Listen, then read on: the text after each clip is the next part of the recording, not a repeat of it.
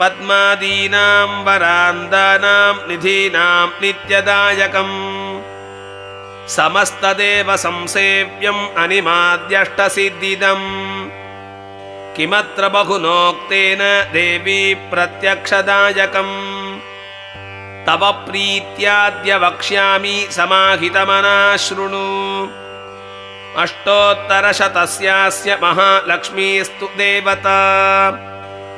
क्लीं बीजं पदमित्युक्तं शक्तिस्तु भुवनेश्वरी अङ्गन्यासकरन्यासः स इत्यादि प्रकीर्तितः ध्यानम्